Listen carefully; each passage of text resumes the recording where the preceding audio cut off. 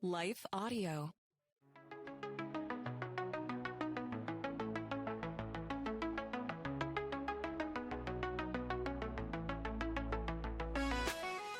Hello, and welcome to the Confessions of a Christian Alcoholic podcast. I am your host, John Seidel. This is your home for real stories, radical vulnerability, and remarkable comebacks. In the end, this podcast is a place for the desperate, the downtrodden, the destitute, and especially the drunk. But it's also a place of hope and healing. I know that firsthand because I'm the Christian who became an alcoholic, not the other way around. Today, I've found sobriety after decades of struggling. But more importantly than finding sobriety, I found Jesus. My prayer is that as I interview people just like you and just like me, along with professionals in the fields of trauma, faith, and addiction recovery, you will find the peace that is available to you through Christ on the other side of whatever you're going through and whatever addiction that might be. Because let's face it, we're all addicted to something. So welcome. Let's get radically vulnerable as we explore what it looks like to be on this journey of messy sanctification. We'll be right back after this. Shame is a killer. It truly is a killer. Not only do we have just a lot of anecdotal evidence about this in our current day and age, but I think if you look back in the Bible and you look at the story of Judas, right, his shame literally led him to death. And if you have struggled with any sort of addiction and you're listening to this, you know that shame is one of the greatest obstacles to recovery. Not only getting there initially, but continuing. And that's been the story of my life. And so I even have a chapter on this in the book, and I have a graphic, the shame cycle, right? That keeps us going back to our drug of choice, whether that's alcohol, substances, food, whatever it is, right? And so today I am talking on the show with one of the foremost experts on not just shame, but what is called complex shame. And she is going to unpack that for us. Her name is Dr. Zoe Shaw, and she has become a friend. She's part of a writers group that I'm in where we get together every month and just share life together and talk and chat and encourage one another and whatnot. And I've just really enjoyed getting to know her, and I think you will too. She has an incredible story. She got pregnant as a teenager. She has a sometimes complicated, if you will, relationship with her mother still. And so she's going to talk about that as well. Her story has been featured on the OWN network with Oprah. She has written a new book called Stronger in the Difficult Places. And I think it's a really helpful tool when it comes to dealing with shame. So I'm excited that she is going to be sharing her insights with us today. Before we get there, though, please, if you have a chance, go to christianalcoholic.com, christianalcoholic.com, and there you can pick up my book, Confessions of a Christian Alcoholic.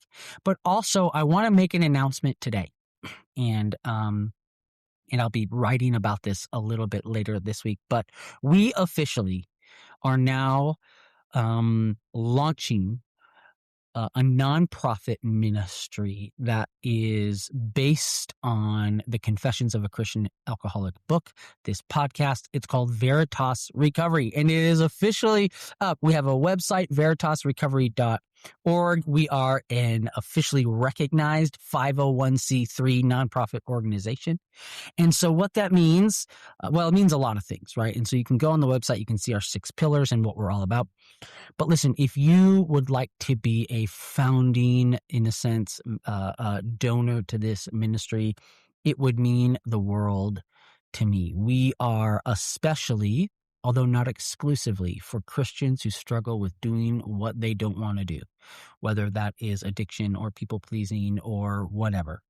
And there is a crisis that is going on. And so I talk about the crisis on the website, but I think you know it. If you're listening to this podcast, you know and understand that so many Christians, people who love Jesus, follow Jesus, and want to be like Jesus, still struggle with big sins, messy sanctification. And so now we have launched a nonprofit ministry called Veritas Recovery that is exclusive, especially but not exclusively for those type of people. And I would just love for you to check it out. So please go to veritasrecovery.org, veritasrecovery.org, Veritas, which means truth in Latin. And I would love for you to check it out. And if you feel so led, you can now make a tax-deductible donation to what we are doing. All right. So without further ado, let's talk to Dr. Zoe Shaw. Zoe, thank you so much for joining the Confessions of a Christian Alcoholic podcast. This is our second attempt, and I guess it's just meant to, this is the interview that was supposed to go out to everyone. So thank you for coming back again and doing this. You're welcome, John. I'm so glad to be here. Well, you have been such a encouragement to me personally. You have been such a cheerleader for what I'm doing. I am more than excited to be a cheerleader for what you're doing. And so what I think is a benefit to having to do this interview again is that now your book is out. Yay, and so, it's out. I even included your book in the resources section of the downloads that you get when you buy my book. Because I think shame is such a huge topic and an important topic and something that I had to really work through. So I'm excited to talk about shame. Most people don't say that, but I am excited to talk about shame. So I love to hear other people say it because I feel like I'm always the one saying it. So yay. Yeah, right. So before we get to talking about shame, I think, and I wanted to show people this. I have Zoe's book here on my Kindle. And so if you're watching this, you can see Stronger. The book is called Stronger in the Difficult Places. And the subtitle is Heal Your Relationship with Yourself by Untangling Complex Shame. So we're going to get into all of that. But before we do, you talk about, even just in the introduction of the book, that people come up to you and they say, Zoe, your story's kind of crazy, and you're talking about it, and how are you able to do that? So give people a little bit of a background of that, quote unquote crazy story that you have. Yeah, apparently it is, so much so that, Oprah Winfrey Network reached out and did an episode, a docuseries on my story. I'll just give you a brief overview of how my complex shame developed. First, I grew up a Black girl in an all-white farming rural community, and that's where my racial identity shame began when I, began to understand that there's something wrong. I'm saying that in quotes with the color of my skin. And I also grew up in a very fundamental Christian home. My dad was a prominent doctor in the community, and I got pregnant when I was 15. And I hid it for as long as I possibly could. But when my parents found out, their response was, that's not happening here. And so they sent me away to a pregnancy home in Virginia. I grew up in Maryland. And with the understanding that I would come back without a child. And I was a compliant child, and I left my baby, gave birth unmedicated in a hospital in Virginia, and left my baby there in the hospital, and came back home to pretend like nothing happened. She was adopted. Wow. And that's where, my complex shame really began. That we'll talk a little bit about simple shame and complex shame and the difference. But I went back home, and the way that I dealt with my shame, and most people do, of course, is we hide and we push it down. And I compensated through overachievement. I academically excelled. I excelled athletically. I got a scholarship to UCLA. I married very early at 19 to kind of exonerate myself in the purity culture. And I went on to, get my bachelor's, get my master's, get my doctorate degree, have, children, and the quote perfect family. And it wasn't until my first kept daughter was born, when she was born with a rare genetic disorder, and I was sitting in the NICU, when my dam of shame really began to break. Mm. And I truly believe that I was being punished for, and my daughter was being punished for me having given away my first child. So that is my story. And there's a lot more to it that we can't really go into. Um, and yeah, my story does seem extreme in some way when it comes to shame, obviously. But what I say in the beginning of the book is that everyone has a shame story. And in that Yes, way, I wanted to ask you about that. yeah. Explain that. When you say everyone has a shame story, what do you mean? What I mean is, well, it's interesting because every single person listening, I'm sure resonates with that. I Mhm. imagine you do, John. You think, oh, Oh, yeah, yeah, right. absolutely. Everybody who hears that already knows because when I say that, it connects directly to their shame. We all experience shame. We begin to experience shame as young as 18 months old. Shame is a societal thing, right? It is a psychological, physiological, emotional experience, and we begin to feel it very early. In all cultures, really, shame is used to control. The problem, what we find, is that shame doesn't control. Shame just makes our behavior go underground so it seems like it's being controlled. Mm, So, shame is a universal human experience. Shame also creates loneliness. We have a loneliness epidemic in this world right yeah. now. And so, yes, my story is a little extreme, but everybody has a shame story. So how did you learn to, you talk about that dam of shame Yeah. breaking up Mhm. in the Mhm. NICU. How did you learn to deal with that shame in your own story? Yeah. It was a long journey, and I don't love that word journey because it indicates that there is an actual ending point, right? But for lack of a better word, it has been a long journey and continues still. I am in what I call the maintenance phase of Mm, complex shame, and that is the goal, is to get to that maintenance phase. I talk about 8 steps to overcoming complex shame. Um, I think maybe what we should talk about first is maybe the difference between guilt, simple shame, complex shame, so people yes, can great. That's understand. right, because you have this. You say here, in the book, whether you have simple shame, complex shame, or toxic shame, and you say I'll break down the difference for you in the pages to come. So yeah, maybe break down the differences between simple, complex, and toxic shame and guilt. Right, right. So we'll start with guilt. So guilt is a healthy emotion when it's valid, and there's invalid guilt.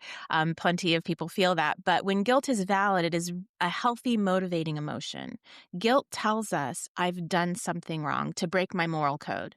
So if you feel you've done something wrong to break your moral code, there's something to do about it. And guilt Mm, motivates us to change.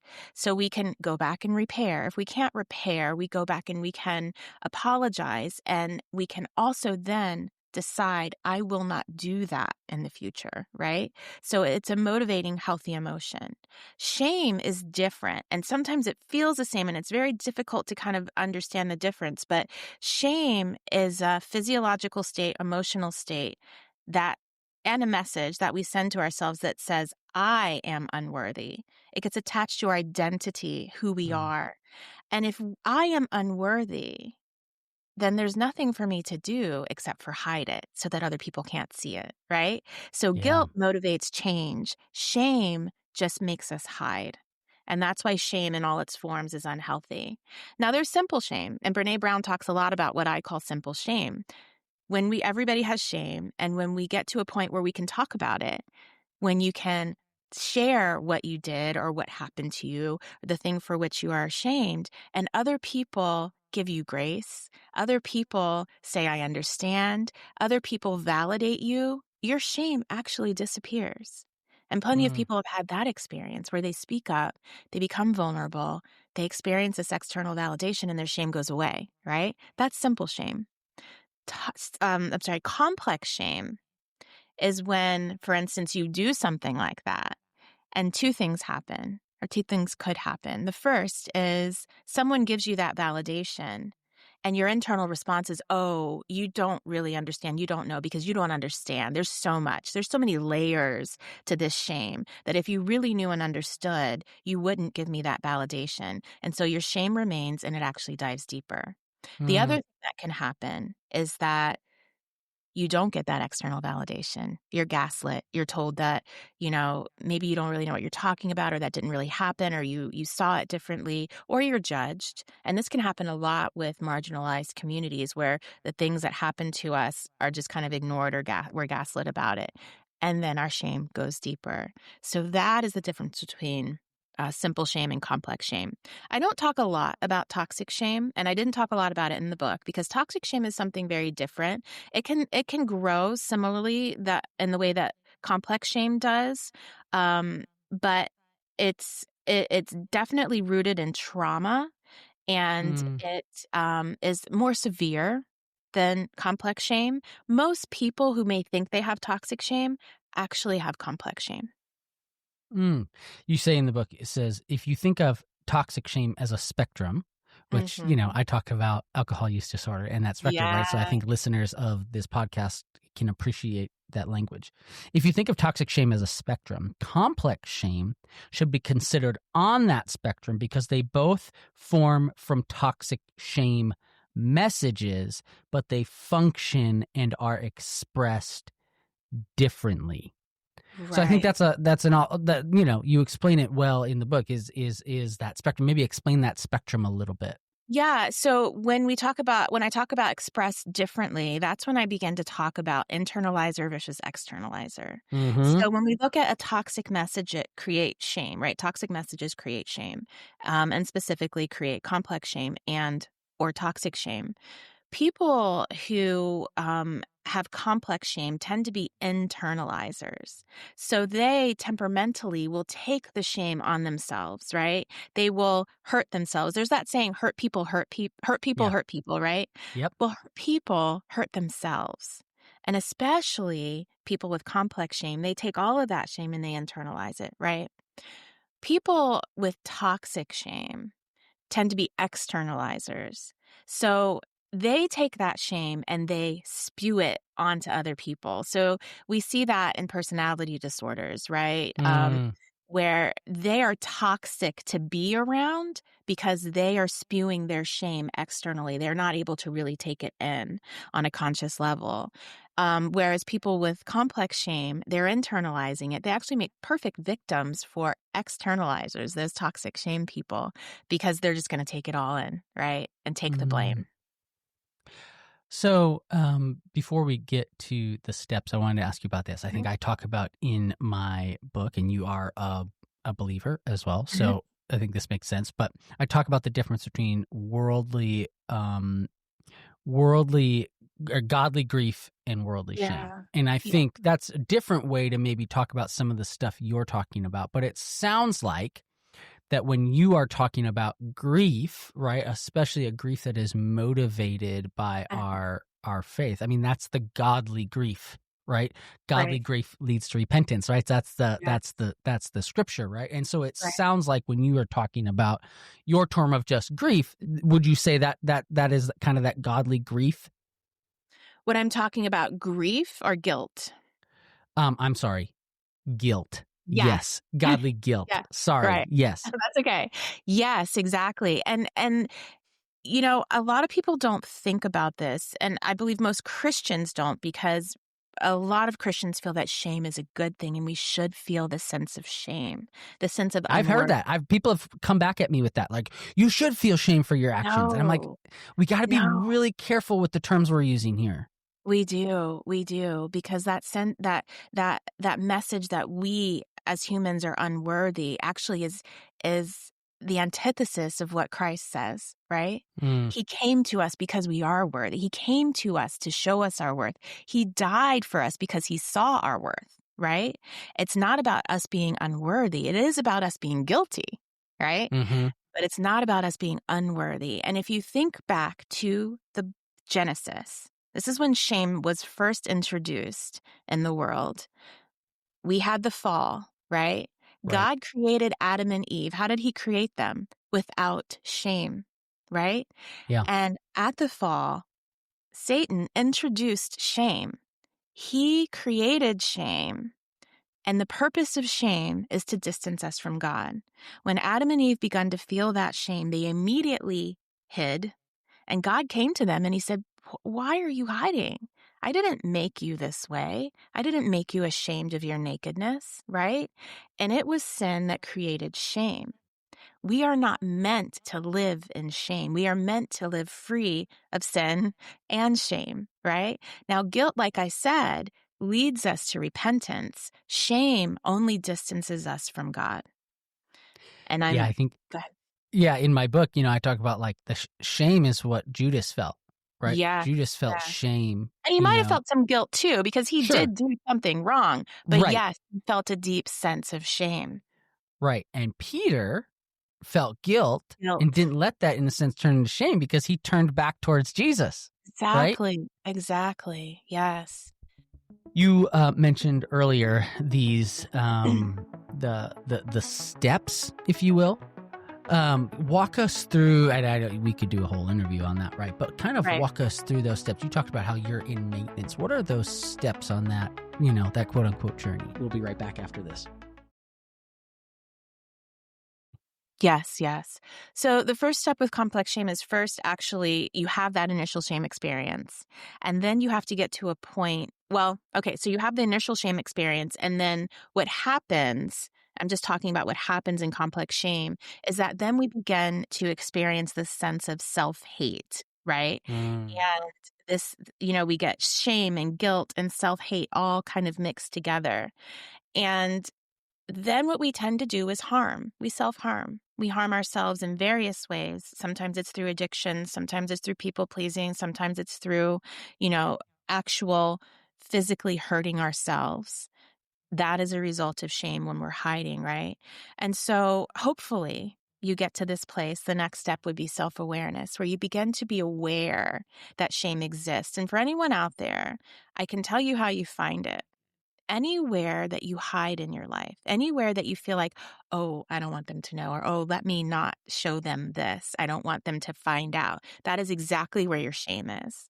And so when you Mm. begin to have self-awareness and you can name it, "Oh, this is shame." Now we're beginning to kind of get on the road towards healing. So then what we have to do, especially when we have complex shame, because with simple shame, you get self-awareness, you become vulnerable, it goes away, right? Mm. You can practice that on the daily. With complex shame, you need to begin to deconstruct the blame. Because with complex shame, if you remember, I told you there's so many layers that are attached to that shame. Someone did something to me, then I did something to myself, then this happened, and then I hurt this person, or I did. It's so much. It's like a snowball that's kind of rolling down a hill and just collecting all of these shame stories and blame. And so you need to be able to start taking it apart. All of the blame stories that you tell yourself, you need to figure out what was mine, what was not mine, what do I blame myself for? And then you need to work on, once you've kind of deconstructed it, you need to begin to talk about it and become vulnerable with healthy people, right? Now, Mm. vulnerability is not the healing. Remember, the healing begins when you begin to forgive yourself.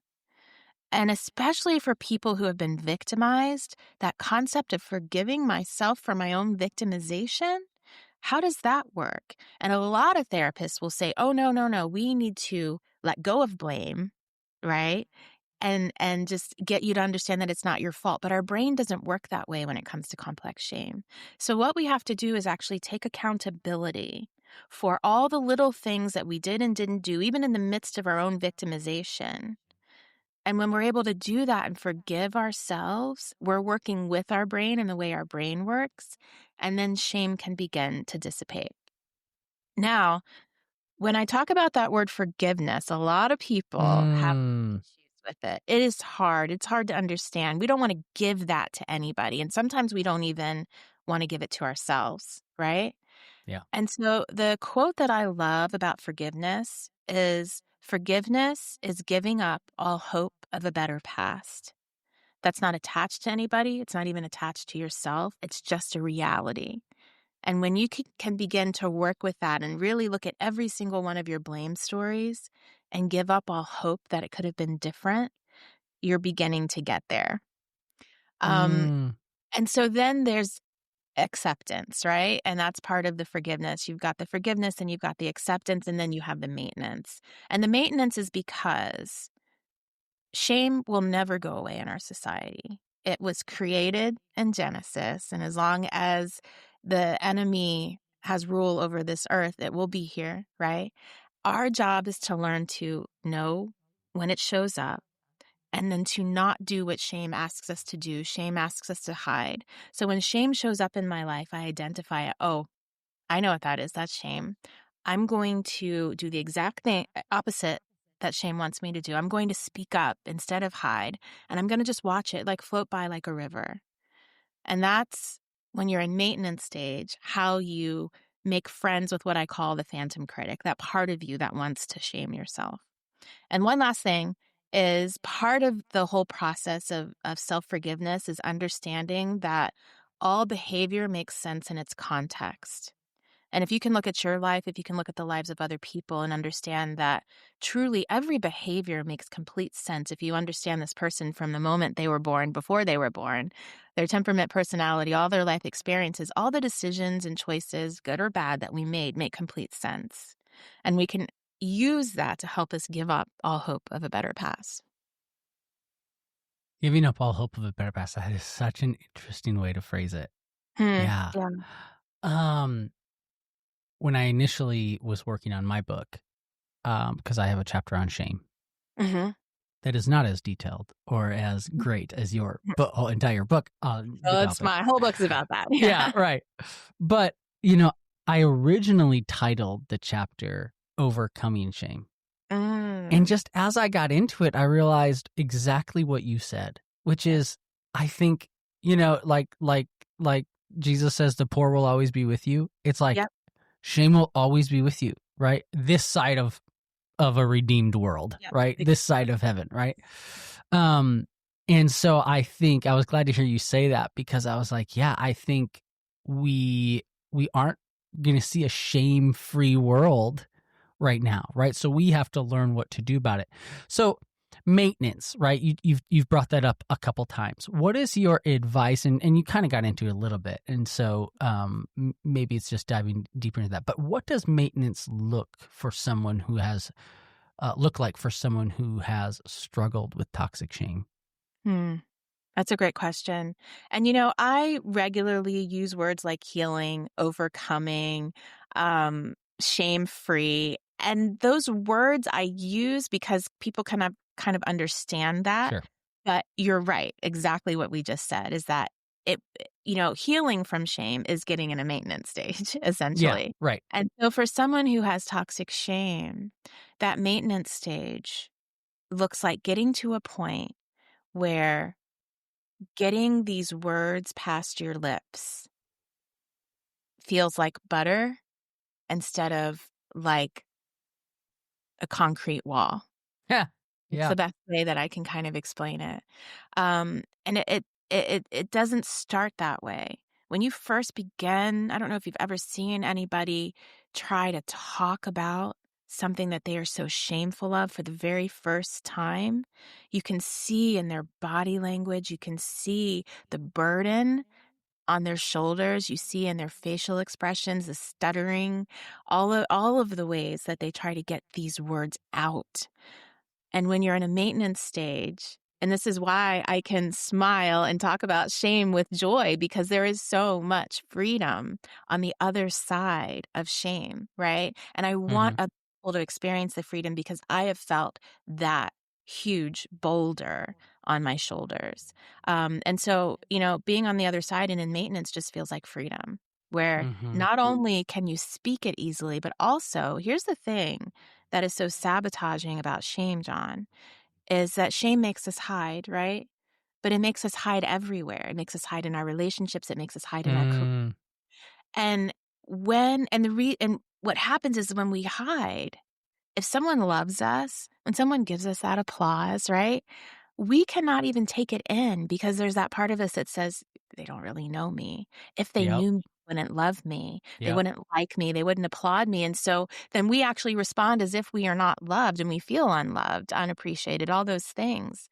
But when you are able to show up authentically without that shame, all of a sudden, all of that is available to you. You feel the love, you feel the freedom, you're walking in that. So that's what the maintenance stage looks like. So, obviously as someone who counsels people, you have to counsel people at different stages, different Mhm. faiths, different whatnot. Yes. I'm curious because my audience is generally Christian. How do you integrate faith and Christ into that kind of understanding, for those of us who I joke like, in AA circles and whatnot, we talk about the higher power, and I'm like, I get to know who the higher power is, right? Yeah. Like the higher power, right? Yeah. So I'm curious how that factors in for people of not just people of faith, but for Christians. Right. You know, I talk to a lot of Christians, especially Christian women, and there's this whole movement of deconstruction, right? Mm, Especially among, um, uh, Christian women who maybe have some alignment with feminism and are trying to kind of understand, where do I even belong in the church? Because I feel like the church doesn't even value me, right? mm, And and shame is often a big part of that. And so, what I try to encourage women, especially, to understand is that our relationship with God is not the same as our relationship with the church. It is not the same mm, as our relationship with humans. And often we put those two together as if church is God and God is church, and we forget that church is just made of humans, right? Who are broken, who project shame. And if we can understand that, just like I said in Genesis, God made us without shame. God understands our psyche. He created our psyche. He knows how we work in here. He's not confused right. about it, and we don't have to explain it to him. And he's also not shocked by the things that we've done and the things that have happened to us. And so, if we understand that our shame makes us want to hide from God, then what we have to do is we have to do the opposite again. We have to come to God with all of our true feelings, not just repentance, which is important, but our anger, right? Our Mm, thoughts, our confusion, our doubt. Those are the things that we are often shameful to come to God with, because we've been taught, especially, as Christians, that you just have to have faith, right? As a kid, I felt shame if I ever had questions about the Bible or Christianity, because I was taught you just have to believe, right? And there must be something wrong with me if I'm questioning. And mm-hmm. so, that's the kind of discussions that I like to have with people of faith is, how do you take your real self to God? Not just your repentant self, but your real self, shame free. Because that's what God wants of us. That's how He created us. So you mentioned it's one of your steps is vulnerability, right? And I talk about radical vulnerability Mm. and kind And of, you've been radically, excuse me, you've been radically vulnerable in your book. I've been radically vulnerable in my book. yeah, right. And I think vulnerability as a term and concept. I think Brene Brown has done a lot to kind of Yep. bring that to the surface Hmm. over the last decade, and it's been helpful. But kind of part of my thesis is, now we've gotten used to that, right? Like we Yes. know how to fake it, right? Yep. It's like Hmm. it's like you take antibiotics for something, you got to keep taking stronger antibiotics, right? Yeah. Yeah. So, but I would love to hear a little bit more about what you've learned about the power of vulnerability to combat shame. Mm. You know, I like to think less about that term radical vulnerability and more about like healthy vulnerability.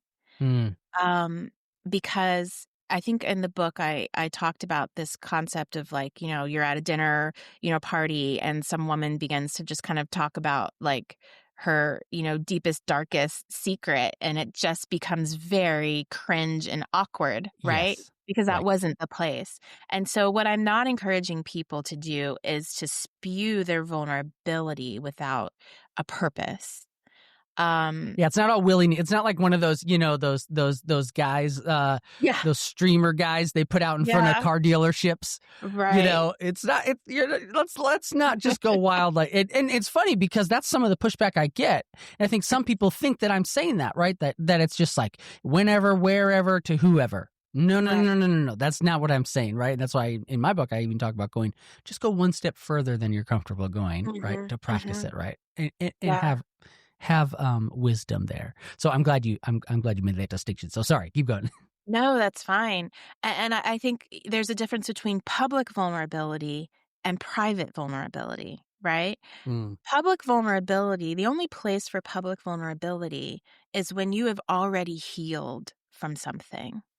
And in your Mm. book and in my book, I talk about the fact that I'm sharing this very deep, vulnerable story, but not from a place of pain, not from a place of bleeding, right? But from a place of health so that I can help other people get there.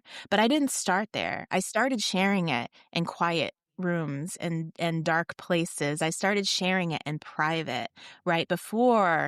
After years and years, I got to a place of being able to share it publicly. But for your own healing, that raw, vulnerability that you wouldn't share in public is super important for you to practice in small, safe spaces for your own healing. I think it was you, maybe Zoe, on one of our.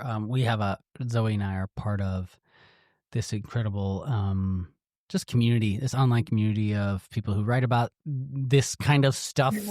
And I think it was you, maybe in one of those calls that said, and I'm gonna botch it, but basically like only share what you've healed from, and you kind of said that here, but I felt like it was more pithy and great, but I'm it was something sure. along those lines. Yeah, I've said it before, and I know exactly what you're talking about. It's essentially about not writing from a place of I don't remember what it was, but not writing from a place of pain, but writing from a place of healing. But I Yeah. also talk about for writers, especially because I talk and teach a lot of writers, and you should write from a place of pain, but you shouldn't publish from a place of pain. You publish Mm. from a place of healing, right? But it's important for us to write. It's important for us to talk and be vulnerable because that is how we heal, but it's not all for outside consumption. And that's the thing that people have to understand with vulnerability. Vulnerability is so important. You just have to understand the places and the platforms that are worthy of your vulnerability in that moment in your life. And they're things that, you know, it's funny because I'm sure you have the same experience, John. We have poured out so much in our books, and people feel like they know every single thing.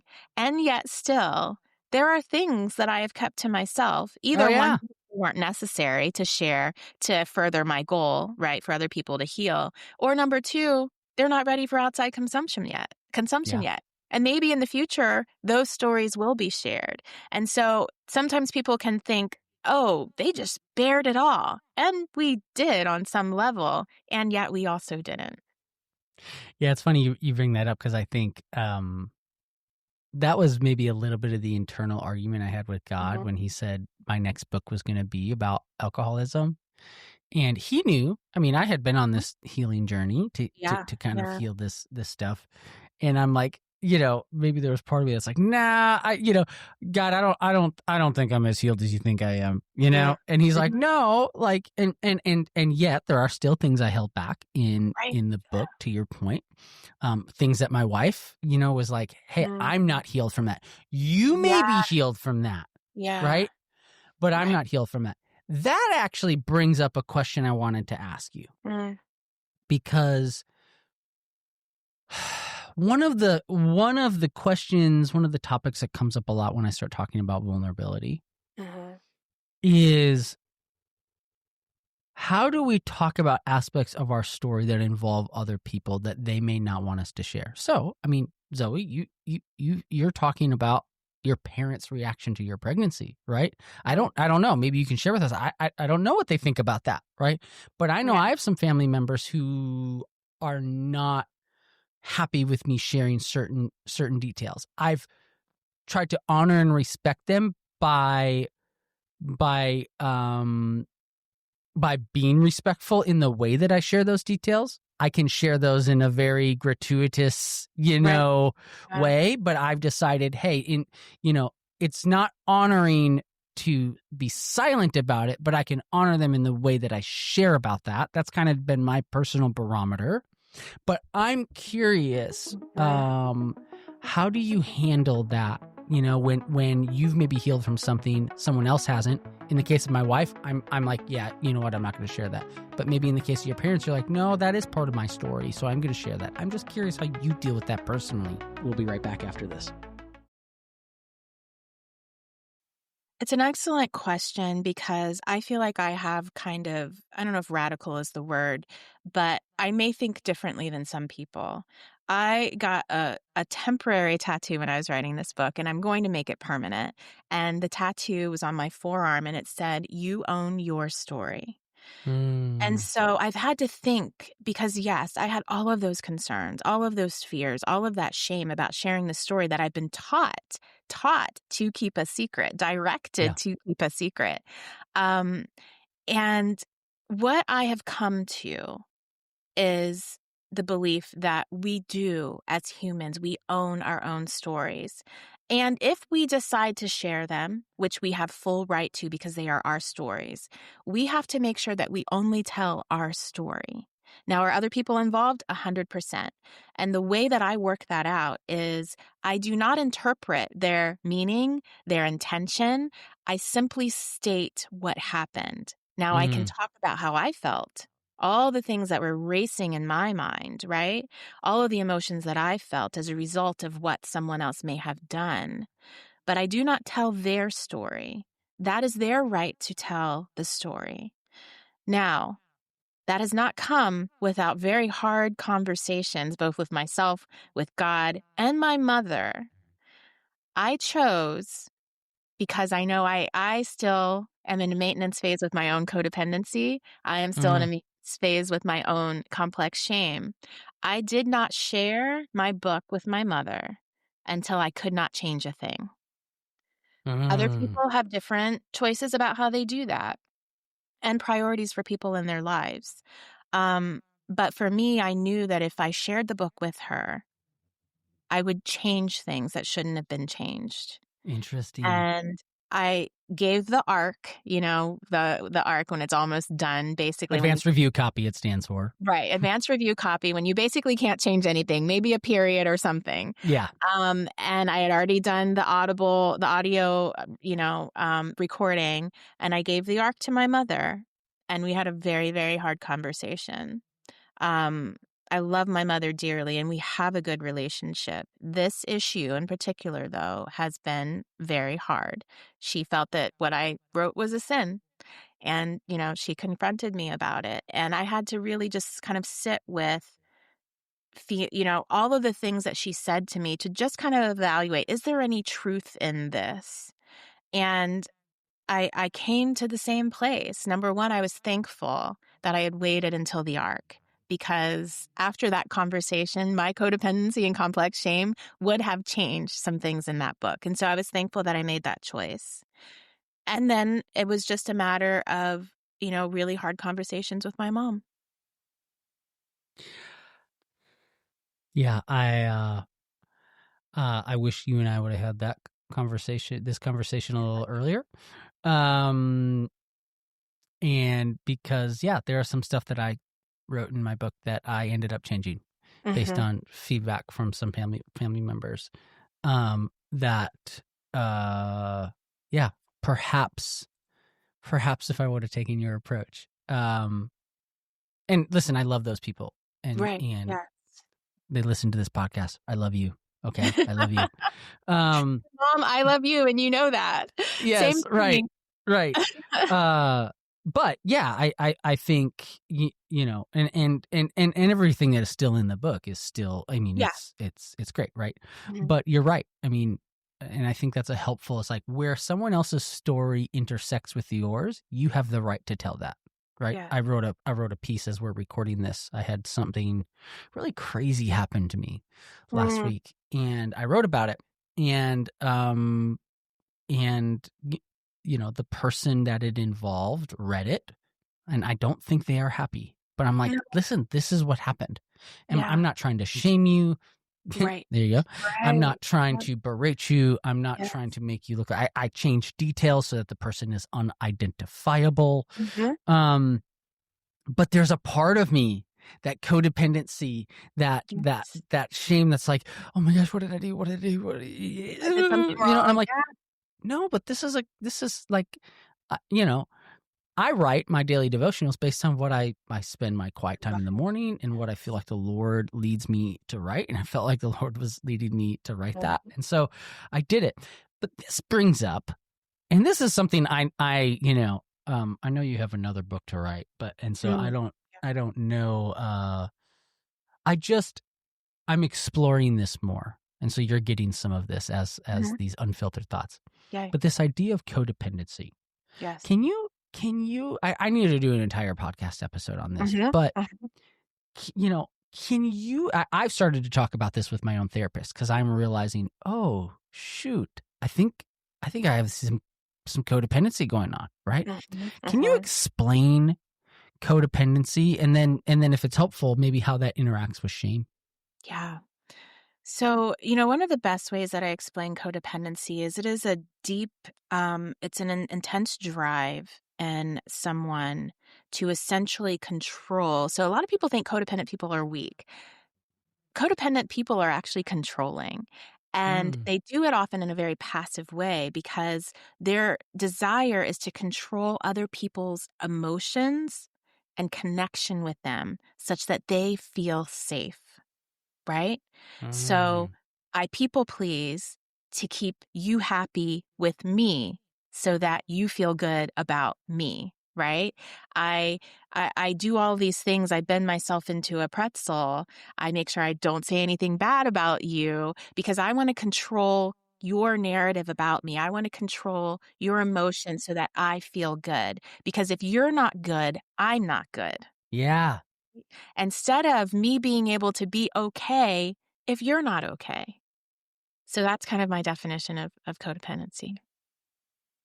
Yep, definitely need to be working through some of that. That's for sure. Right.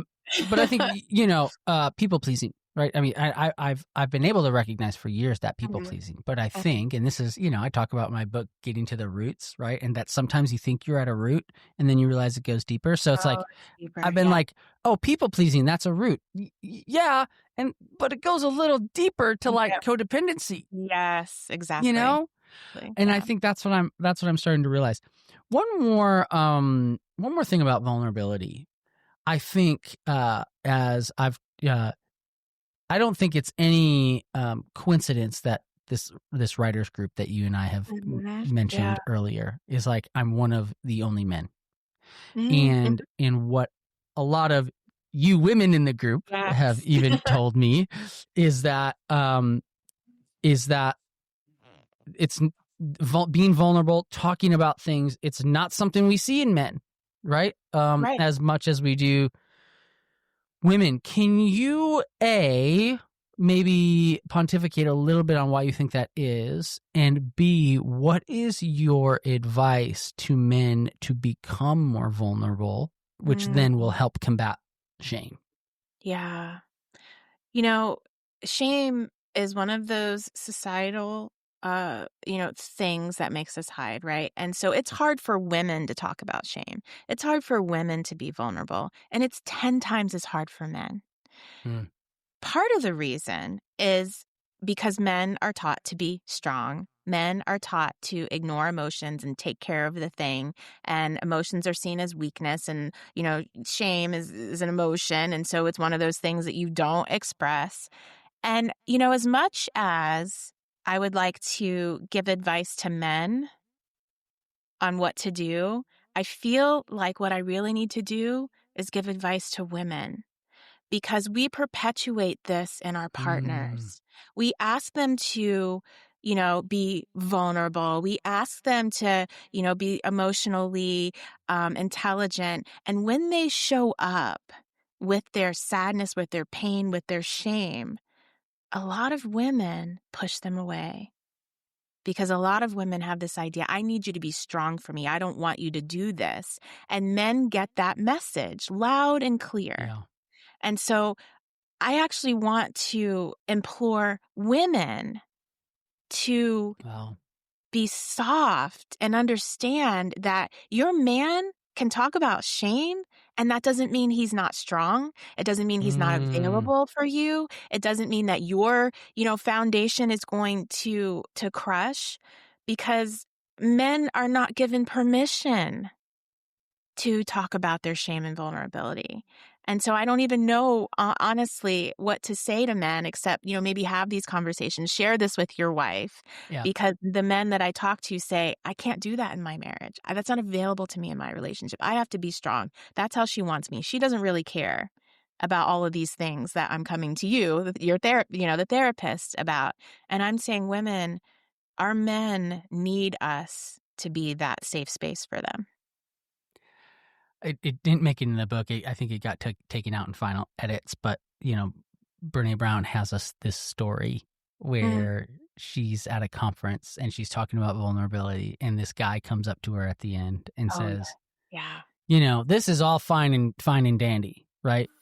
But my wife and my daughters don't ever want to see me as anything but the knight in shining armor. And the Right. moment that I am not that, they're like, to your point, that their opinion of me changes, Yep. and all that kind of thing. And Yeah. I think, to your point, Brene kind of had this awakening moment. Oh my gosh, yeah, Mhm. like, so thank you for saying that. That I is see it time really, and time again in my practice. Yeah. yeah, yeah.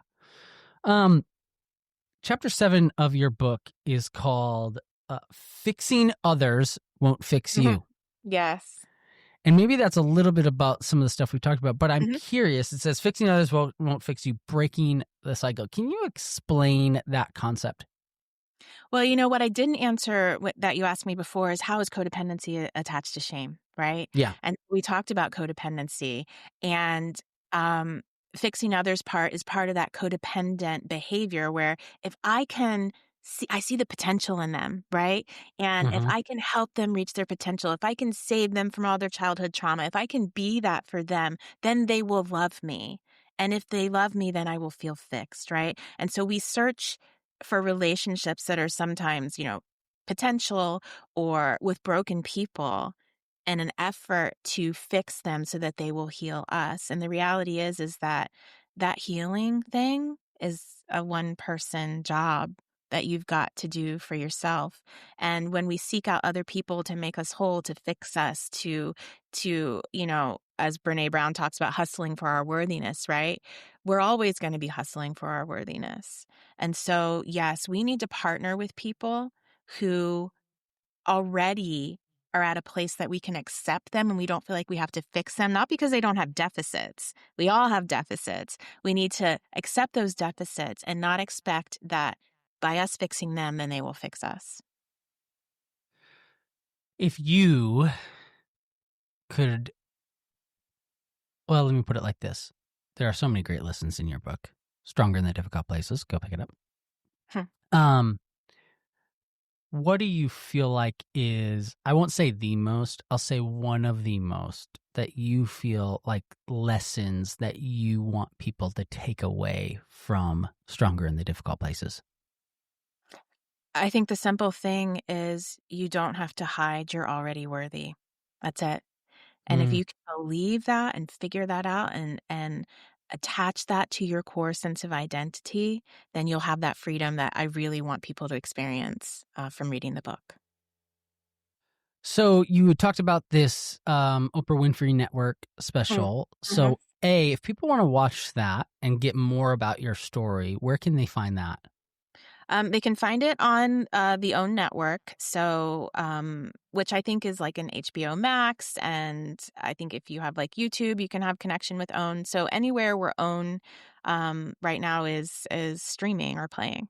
Yeah, Okay. it's called Unlocked: Family Secrets, and I believe I'm episode 4, maybe. Yeah, Okay. you I can want to find it. go watch that. Yeah, just look up right? Doctor or Dr. Zoe and you'll find it on Unlocked. On YouTube, there's lots of trailers and stuff for it, but I think you have to actually like have a subscription to one of the streaming things to see it. Yeah. And then if people want to connect with you, where is the best place to go? I mean, you can go to my website, which is Dr. Zoe Shaw, but I hang out on social and Instagram's my hangout place, and the handle is Dr. Zoe Shaw. Zoe, thank you so much for this conversation. This was really great. It went places I didn't expect in the best way possible. Yay. So I appreciate that. Your book, Stronger in the Difficult Places, is a great resource. And so I encourage everyone to go pick that up. And you know, I think I was having a conversation with someone at a coffee shop yesterday, and you know, part of my message is obviously like shoot for Jesus, get sobriety thrown in.